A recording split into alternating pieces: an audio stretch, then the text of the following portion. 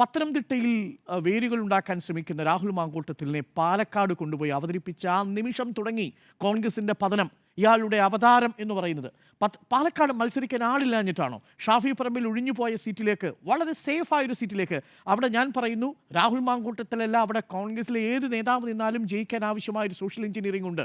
അവിടെ നേരത്തെ മെട്രോമാൻ ശ്രീധരൻ വന്നപ്പോഴുള്ളൊരു രാഷ്ട്രീയ സാഹചര്യമല്ല ബി ജെ പിക്ക് ഉണ്ടായിരുന്നത്.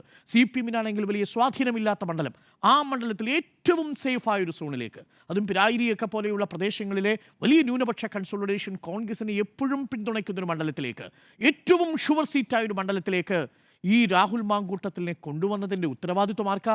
None other than Shafi Parambil. അതുകൊണ്ടാണ് രാഹുൽ മാങ്കൂട്ടം സാധാരണ കോൺഗ്രസ് DCC പരാതി കൊടുത്തു. അത് നമ്മൾ വാർത്തയാക്കി. അന്ന് തുടങ്ങിയതാണ് റിപ്പോർട്ടറിനോടുള്ളവരുടെ വിരോധം. വസ്തുതയുടെ അടിസ്ഥാനത്തിലാണ്. അന്ന് SDP യുടെ പിന്തുണ ഇവർക്ക് ആവശ്യമില്ല ആ മണ്ഡലത്തിൽ വിജയിക്കാൻ. എന്നിട്ടും SDP യുടെ പിന്തുണ സ്വീകരിക്കില്ല എന്ന് പരസ്യമായി പറഞ്ഞില്ല ഇവർ.